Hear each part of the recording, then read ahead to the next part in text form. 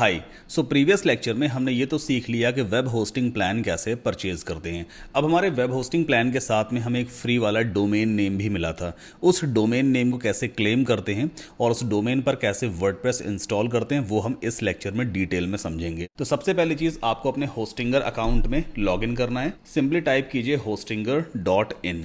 Okay, now top right corner पे आपको login का बटन मिलेगा, इस पर आप क्लिक करोगे और अपने होस्टिंगर अकाउंट में लॉगिन कर लेना। सो ये है मेरे होस्टिंगर का डैशबोर्ड। आपका भी डैशबोर्ड कुछ इसी तरह का दिखाई देगा, थोड़ा सा डिफरेंट भी हो सकता है बट मोस्टली ऐसा ही दिखेगा। लेफ्ट हैंड साइड पे देखो, यहाँ पे एक डोमेन्स वाला मेन्यू दिया हुआ है, आपको इस पर क्लिक करना होता है and then you have to click on get a new domain. हो सकता है आपके एंड पे डोमेन्स वाला मेन्यू यहाँ ना दिखाई दे, ऊपर दिखाई दे, तो थोड़ा बहुत एक्सप्लोर करना भी सीखो। ये डैशबोर्ड टाइम टाइम पे चेंज होता रहता है, मतलब अपडेट वगैरह होता रहता है। Let's click on get a new domain. अब इस सर्च बॉक्स में आपको वो डोमेन नेम सर्च करना है जो आप अपनी वेबसाइट के लिए इस्तेमाल करना चाहते हो। एग्जांपल के तौर पे मान लीजिए अगर आप अपना बिजनेस नेम स्काई इन्फोटेक नाम से लॉन्च करने जा रहे हो तो जरूरी नहीं है कि आपको डोमेन नेम स्काई इन्फोटेक ही लेना है। डोमेन नेम थोड़ा बहुत मिलता जुलता चलेगा, ठीक है। तो एग्जाम्पल के तौर पर यहां हम सर्च करते हैं जैसे कि स्काई infotech.com। मान लीजिए ये डोमेन नेम आपको पसंद आ रहा है अपनी वेबसाइट के लिए, आपने यहां पे टाइप किया एंड देन सर्च पे हम क्लिक करेंगे।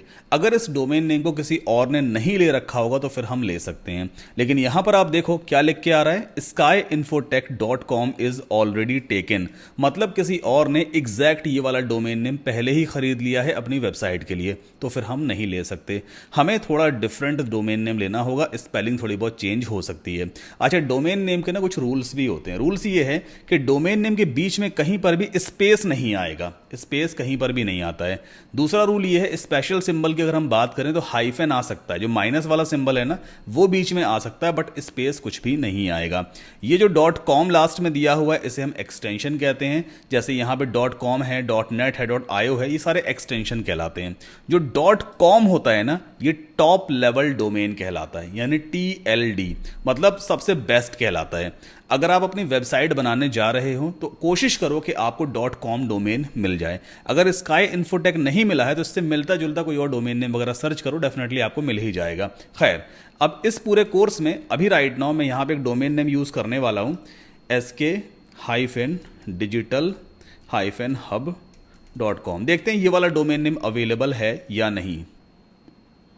तो ये आप देखो डोमेन अवेलेबल है। इस वाले डोमेन नेम में भी अगर आप गौर करोगे ना, देखो स्पेस कहीं भी बीच में नहीं है, हाइफन जरूर मैंने यूज किया माइनस, लेकिन कहीं पर भी स्पेस यूज नहीं किया। अच्छा, ये वाला डोमेन नेम मैंने चूज क्यों किया, इसका रीजन ये है कि SK डिजिटल हब अवेलेबल नहीं है, SK डिजिटल hub.com अवेलेबल नहीं है, ये कोई और पहले से ही ले चुका है। देखो यहाँ पे लिख के आ रहा है ना skdigitalhub.com, किसी और के पास ऑलरेडी है तो मैं इसे नहीं ले सकता। खैर, आपको जो भी डोमेन नेम लेना होगा आप इसमें टाइप कर देना, जैसे मैं यहाँ पे टाइप कर ही देता हूँ skdigitalhub.com। मान लो ये वाला डोमेन नेम मुझे पसंद आया। अब मेरे एंड पे यहाँ पे क्या दिखा रहा है, 499 रुपए पर ईयर दिखा रहा है। मुझसे कह रहा है खरीदो, क्योंकि मैं अपना फ्री वाला डोमेन नेम जो मुझे होस्टिंग अकाउंट के साथ में मिला था ना पहले ही क्लेम कर चुका हूँ। एक डोमेन फ्री मिलता है, मैं पहले ले चुका हूँ। आपके एंड पे यहाँ पे ऐसा कुछ लिख के आ रहा होगा, get this domain for free या claim this domain for free, उस पर आप क्लिक कर देना, आपका डोमेन नेम आपकी वेब होस्टिंग के साथ कनेक्ट हो जाएगा। अच्छा, डोमेन नेम जैसे ही आप क्लेम करोगे ना, मतलब ये बटन पे क्लिक करोगे तो एक फॉर्म भी आपके सामने आता है, उसमें आपकी पर्सनल डिटेल्स वगैरह मांगी जाएगी, जैसे आपका पूरा नाम, घर का address, phone number, email address, कुछ और भी डिटेल्स। एक्चुअल में होता क्या है, जो डोमेन नेम हम लेते हैं ना ये हमारी वेबसाइट की आइडेंटिटी होती है। इस डोमेन नेम को हमें रजिस्टर करवाना होता है, पैसे तो नहीं लगेंगे आपके, लेकिन आपके नाम पे रजिस्टर होगा, इसलिए उस फॉर्म को आपको फिलअप करना होता है। और ऐसा भी हो सकता है कि आपको एक ईमेल पे कंफर्मेशन मेल भी जाएगा, आपको उस लिंक पे क्लिक करके अपने डोमेन को वेरीफाई भी करना होता है। तो ये सारी चीजें आपको डेफिनेटली करनी है। स्क्रीन पे मैसेज वगैरह रीड करना, भाई होस्टिंगर की तरफ से क्या इंस्ट्रक्शन आ रहा है डोमेन को लेकर के उसको फॉलो करते चले जाना। खैर, सो अभी हमने डोमेन नेम ले लिया है, वेब होस्टिंग ले ली है, अब हमें डोमेन पर वर्डप्रेस को इंस्टॉल करना है। वर्डप्रेस एक ऐसा सॉफ्टवेयर जो वेबसाइट बनाने में आपकी हेल्प करेगा बिना कोडिंग नॉलेज के। तो यहां पे मैं एक डेमो डोमेन नेम यूज करने वाला हूं जिसका नाम है wpsikho.com। ठीक है, इस पर मैं आपको वर्डप्रेस इंस्टॉल करके दिखाता हूं। अभी राइट नाउ अगर आप देखोगे ना, यहां पे देखो एक एरर मैसेज भी आ रहा है, कनेक्शन नॉट सिक्योर, और यहां पे कोई वेबसाइट बन के नहीं आ रही है, होस्टिंगर का एक डमी पेज दिख रहा है आपको, है ना। इस डोमेन पर मैं वर्डप्रेस को इंस्टॉल करूंगा, देखना यहाँ पे वेबसाइट बन के आ जाएगी। ये एक्स्ट्रा डोमेन मेरे पास पड़ा हुआ है, बट जो प्रोसेस मैं आपको समझा रहा हूं इसे फॉलो करके आप अपने डोमेन पर वर्डप्रेस को इंस्टॉल करोगे। मान लीजिए आपने डोमेन नेम ले लिया है, अब अगला स्टेप क्या है, वर्डप्रेस अपने डोमेन पे कैसे इंस्टॉल करोगे। वेबसाइट्स वाले मेन्यू पे जाना, देन राइट हैंड साइड पे ऐड वेबसाइट का आपको ऑप्शन दिख रहा होगा, इस पर आप क्लिक करोगे और आपको चूज करना है वर्डप्रेस। नाउ अब यहां पे आपको एक एडमिनिस्ट्रेटर ईमेल एड्रेस और पासवर्ड क्रिएट करना है। अब ये क्या चीज है, देखो जब हम वेबसाइट बनाते हैं ना उसके दो पैनल होते हैं, एक होता है फ्रंट एंड और दूसरा होता है बैक एंड। फ्रंट एंड यानी वो स्क्रीन जो सभी लोग देखते हैं, हमारी वेबसाइट पे विजिट करेंगे जो कुछ भी यूजर को दिख रहा होता है वो फ्रंट एंड कहलाता है।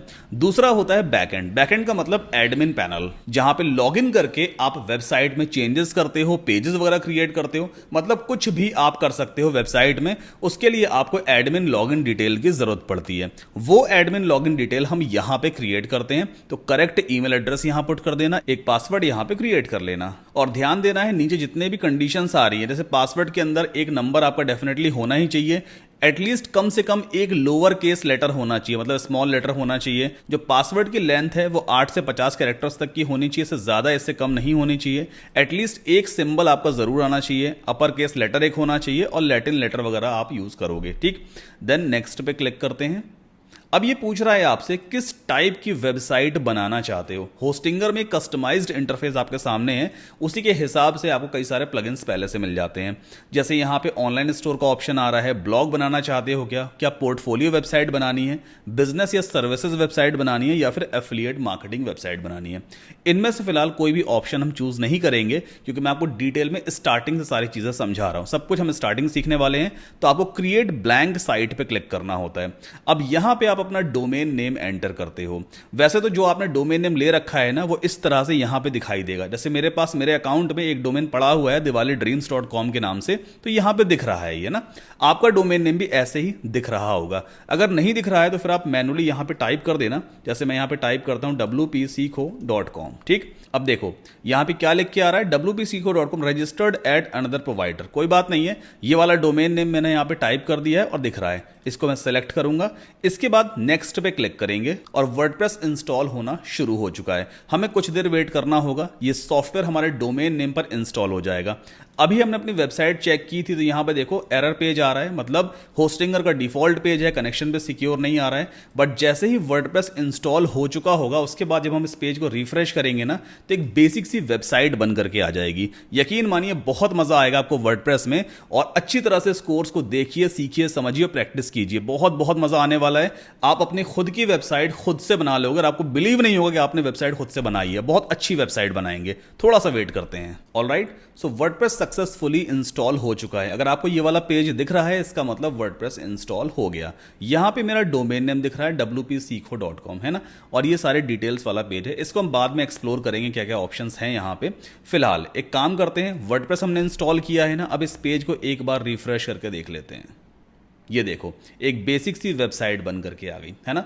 और टॉप पे देखो यहां पे क्या लिख के आ रहा था, कनेक्शन नॉट सिक्योर, बट अब क्या लिख के आ रहा है, कनेक्शन सिक्योर। मतलब SSL भी सही तरीके से इंस्टॉल हो चुका है मेरे डोमेन पे और एक बेसिक सी वेबसाइट बन करके आ गई है। इस वेबसाइट को हम अपने हिसाब से कस्टमाइज करेंगे, बहुत अमेजिंग वेबसाइट बनाएंगे। फिलहाल हमने डोमेन नेम ले लिया है, वर्डप्रेस को इंस्टॉल कर लिया है। अच्छा, ये जो स्क्रीन आपको दिखाई दे रही है ना, इसे हम कहते हैं फ्रंट एंड। फ्रंट एंड मतलब कोई भी यूजर जब इस डोमेन को विजिट करेगा तो ऑफकोर्स उसके सामने वेबसाइट ओपन हो जाएगी। वो कंटेंट देख तो सकता है, रीड कर सकता है, इमेज को डाउनलोड कर सकता है, लेकिन कोई भी एडिटिंग वगैरह नहीं कर सकता, ना चेंजेस कर सकता है। क्या वो इमेज को डिलीट कर पाएगा, यहां से नहीं कर पाएगा। क्या बटन के टेक्स्ट को चेंज कर सकता है कोई यूजर, नहीं कर सकता है। तो फ्रंट एंड यूजर सिर्फ देख सकता है, उसे यूज कर सकता है, बट उसमें चेंजेस नहीं कर सकता। अगर चेंजेस करने हैं तो फिर बैक एंड में लॉग इन करना पड़ेगा, जिसे हम एडमिन पैनल भी कहते हैं। अब बैक एंड को कैसे एक्सेस किया जाता है, इसके लिए आपको अपने डोमेन नेम के आगे लगाना होता है /WP-admin या -admin, ठीक है। जब आप ये टाइप करके एंटर पुश करोगे ना तो आपसे यूजर नेम और पासवर्ड मांगेगा। अब कौन सा यूजर नेम और पासवर्ड, अभी हमने वर्डप्रेस इंस्टॉल किया था ना, वर्डप्रेस इंस्टॉल करने के टाइम पे जो यूजर नेम पासवर्ड हमने क्रिएट किया था वो हमें यहां पे टाइप करना होता है। सो मेरे पास ऑटो सेव्ड है, सिंपली लॉगिन पे क्लिक कर देंगे और ये आ गया आपके सामने बैकएंड पैनल, जिसे हम वर्डप्रेस का डैशबोर्ड भी कहते हैं, बैकएंड पैनल भी कहते हैं, या फिर इसे हम एडमिन पैनल भी कहते हैं। यहाँ पे काफ़ी सारे एलिमेंट्स आपके सामने होंगे, जैसे कि ये पोस्ट वाला सेक्शन है। जो ब्लॉग पोस्ट हम लिखते हैं ना, ब्लॉगिंग जो लोग करते हैं उनके पोस्ट यहीं से लिखे जाते हैं। मीडिया एक ऐसा सेक्शन है जहां पे आपकी सारी मीडिया फाइल्स स्टोर होती हैं। अभी जब आप आगे वेबसाइट बनाओगे तो वेबसाइट में आप इमेजेस को अपलोड करोगे, कोई वीडियो फाइल वगैरह अपलोड करोगे, मतलब किसी भी तरह की मीडिया फाइल जो आप अपने कंप्यूटर से अपनी वेबसाइट में अपलोड करोगे वो सब मीडिया वाले सेक्शन के अंदर स्टोर होती हैं। पेजेस में जाकर के आप पेजेस क्रिएट करते हो, जैसे होम पेज है, अबाउट अस पेज है, कॉन्टैक्ट पेज है, जितने चाहो उतने पेजेस आप यहां से क्रिएट कर सकते हो। कमेंट्स वाले सेक्शन के अंदर जितने भी लोग ब्लॉग पोस्ट पे कमेंट ड्रॉप करते हैं या पेज पे कमेंट ड्रॉप करते हैं वो सारे कमेंट्स में दिखाई देंगे। आप यहां से उन्हें अप्रूव भी कर सकते हो, एडिट कर सकते हो या फिर डिलीट कर सकते हो। अपीयरेंस में जाके हम थीम्स वगैरह चेंज करते हैं। प्लगइन्स में जाके हम प्लगइन्स को इंस्टॉल करते हैं। ये सारी चीजें क्या हैं ये आपको आने वाले लेक्चर से मैं समझाऊंगा। यूजर्स में जाकर के हम एडमिन यूजर वगैरह क्रिएट कर सकते हैं। टूल्स में जाके आपको कुछ करने की जरूरत नहीं है, यहां से हम एक्सपोर्ट इंपोर्ट करते हैं, थोड़ी एडवांस लेवल की चीजें हैं, आपके काम की नहीं है। सेटिंग्स में जाके हम वर्डप्रेस से कुछ बेसिक सेटिंग्स वगैरह करते हैं, ये मैं आपको आगे समझाऊंगा। और ये लाइट स्पीड कैश क्या है, एक कैशिंग प्लगइन होता है। ब्राउजर में एक टेम्परेरी मेमोरी स्टोर हो जाती है, उस मेमोरी को टाइम टाइम पे क्लियर करना होता है, तभी आपकी वेबसाइट सही तरीके से काम करती है। तो इस प्लगइन की हेल्प से, मतलब इस ऑप्शन की हेल्प से आप उस टेम्परेरी मेमोरी को क्लियर कर सकते हो टाइम टाइम पे। बहुत आसान होता है। ये प्लगइन इंस्टॉल्ड है, देखो यहां पे आपको दिख भी रहा होगा ये वाला एक आइकन, इस पर आप माउस रखोगे तो यहां पे क्या दिख रहा है, पर्ज ऑल एलएस कैश, मतलब लाइट स्पीड कैश। इस पर क्लिक कर देंगे तो जो भी टेम्परेरी कैश मेमोरी वगैरह होगी वो क्लियर हो जाती है। ठीक, तो आपको समझ में आया होगा डोमेन नेम कैसे लेना है, वर्डप्रेस कैसे इंस्टॉल करते हैं और वर्डप्रेस का डैशबोर्ड क्या होता है। अब अगले लेक्चर में हम जानेंगे ये वर्डप्रेस थीम्स क्या होती हैं, प्लगइन्स वगैरह क्या होते हैं। So I will see you in the next lecture.